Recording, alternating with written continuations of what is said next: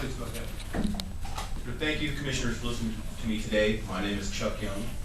I'm the founder and treasurer of Texans for Accountable Government.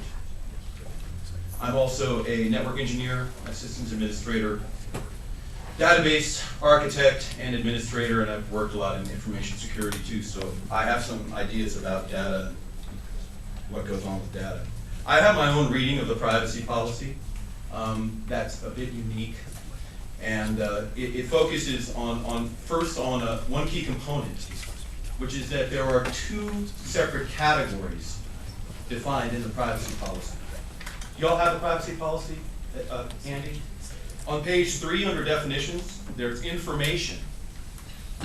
Information includes any data about people, organizations, events, incidents, or objects, regardless of the medium in which it exists. So information is pretty much any darn thing.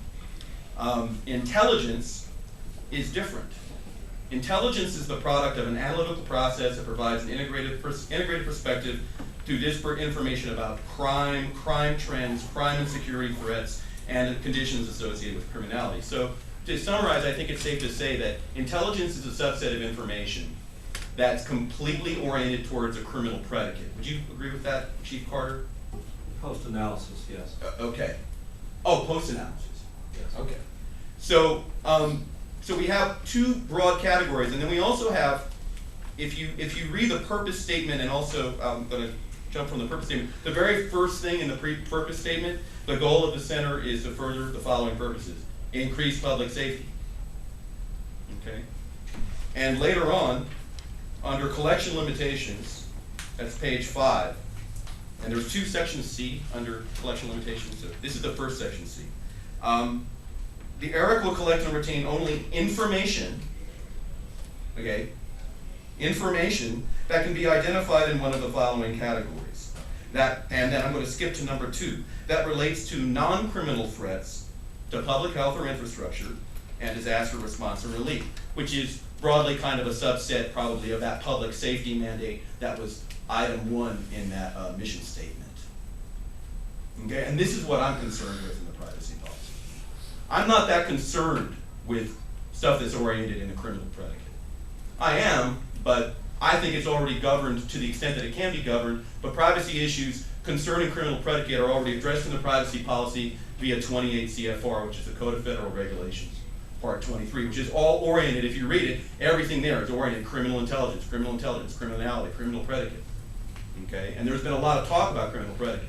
But it's my contention that the privacy policy, as stated, defines another category, which is information, not just intelligence, but information, and information that relates not to criminality, but to any broad threat to public safety. Which, now I want you to start doing thought experiments 10 and 20 and 30 years down the line to what kind of threats to public safety we might experience and how an ERIC or a fusion center might be utilized to address those threats. Now I want to point out one more statement, and this is the second part C of section 5. This is on page 6. This policy applies to information or intelligence that identifies any individual or organization as a criminal subject.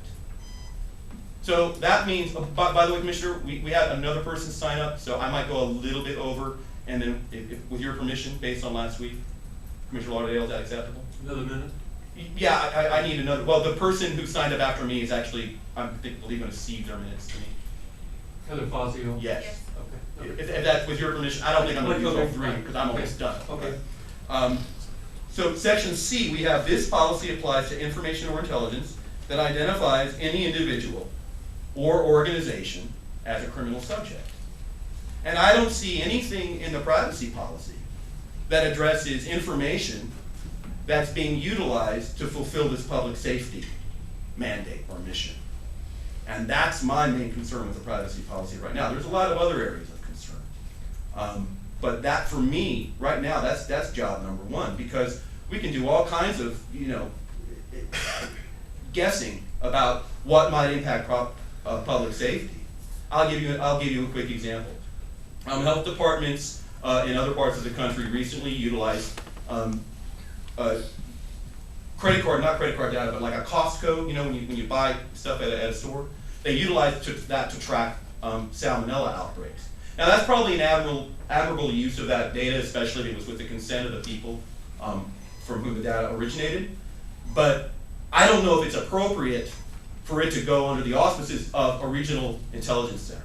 You see what I mean? That might be appropriate in the context of a health agency or a health department, just like it might be appropriate for information about travel to be dealt with by the DMV or TxDOT. But I don't think it's appropriate for it to be channeled into a fusion center that then has, as of this policy, as I've read it, and I've now read it, believe it or not, 4 times. And I find little gems every time. But I've yet to find anything specifically addressing information as it relates to the public safety mandate. So that's my statement. Thank you very much for your time. Thank you.